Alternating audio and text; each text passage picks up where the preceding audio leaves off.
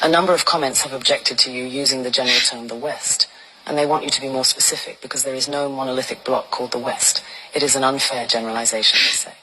You know, it's strange, if you think about it. It's strange that you don't want me to call you the West. You don't want everyone to be lumped together under that term. It's not my term, it's your term.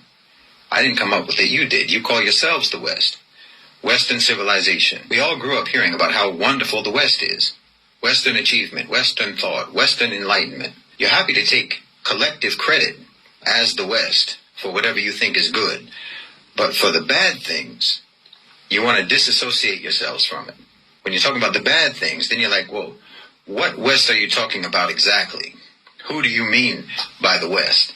The way you people tell the story, people like Douglas Murray or Jordan Peterson or Sam Harris or Richard Dawkins or Hitchens, Christopher Hitchens, all these types, you would think that every European on the continent participated in painting the Sistine Chapel.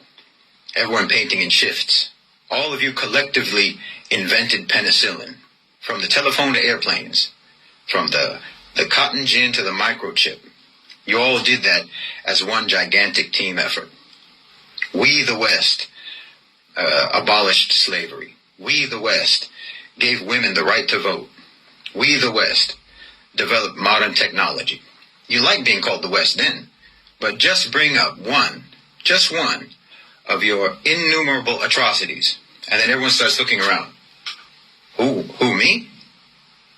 You must have me mistaken for some other person, some other West. Shaggy. It wasn't me. My forefathers didn't own slaves. My forefathers didn't slaughter the Native Americans. My forefathers were just poor, innocent peasants. I have nothing to do with it. Innocent as can be. You want to take collective credit, but you want to individualize blame. But you'll say that Isaac Newton, for example, is a product of the West. Michelangelo was a product of the West. Mozart was a product of the West. Leonardo da Vinci, Thomas Edison, Steve Jobs, they're all products of the West. But somehow your villains are all bastards. Illegitimate children that you don't want to claim. No. Hitler was your child. King Leopold was your child. Harry Truman was your child. A man who killed more people in a matter of seconds than anyone in the history of the human race. And not to mention every American president after Truman. From the Korean War to Vietnam to the dirty wars in Central and South America to Panama, the first and second wars in Iraq, Somalia, Afghanistan, Libya, Syria, and before Truman, I don't think that the United States has had a single decade in its history when it wasn't slaughtering some people somewhere in the world. These are all products of Western civilization too. But anytime these crimes get brought up, you deny collective responsibility. I mean, if I try to list all of your crimes, I can't even remember them all. But if I try to list just the ones that I can remember, your battery will die before I can even properly get started. I saw a video the other day of Omar Suleiman. And he was asked by some lady, some woman, who asked him, why don't Muslims condemn acts of terror by Muslim criminals? And he was trying to be patient, his style. He was trying to be kind. He was smiling, a very forced smile. And he said, no, Muslims always condemn these things. But why don't you condemn when one of your people murders Muslims in a mosque? And of course he has a point, but also, of course they don't. Of course you don't condemn those things. You've got statues of Winston Churchill, who starved millions of Bengalis and who used poison gas on the Kurds. You not only don't condemn your terrorists, you not only don't try them for war crimes as they should be tried, you re-elect them into office.